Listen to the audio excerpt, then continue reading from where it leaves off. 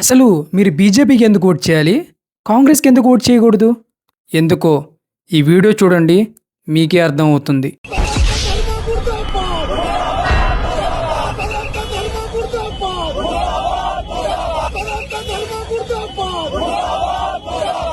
మీరు బీజేపీని క్వశ్చన్ చేయాలంటే డెవలప్మెంట్స్ గురించి, గవర్నమెంట్ స్కీమ్స్ గురించి క్వశ్చన్ చేయండి. సనాతన ధర్మాన్ని ఎందుకు తీసుకొస్తున్నారు దీంట్లో? బీజేపీ ఎప్పుడు మేము హిందూ మతానికే, హిందూ ప్రజలకే సపోర్ట్ చేస్తామని ఎప్పుడు చెప్పలేదు. కానీ Congress government, Congress political leaders openly Muslim ప్రజలకే మేము సపోర్ట్ చేస్తాం, ముస్లిమ్స్ కోసమే పనిచేస్తాం అని చెప్తుంది. మీరు నమ్మట్లేదా? అయితే వీడియో చూడండి. मुसलमान का मतलब कांग्रेस, कांग्रेस का मतलब मुसलमान. కాంగ్రెస్ పార్టీ అంటేనే అది ముస్లిం సోదరుల యొక్క పార్టీ, ముస్లింల యొక్క పార్టీ. అది ఆ పార్టీ మీ సొంతం.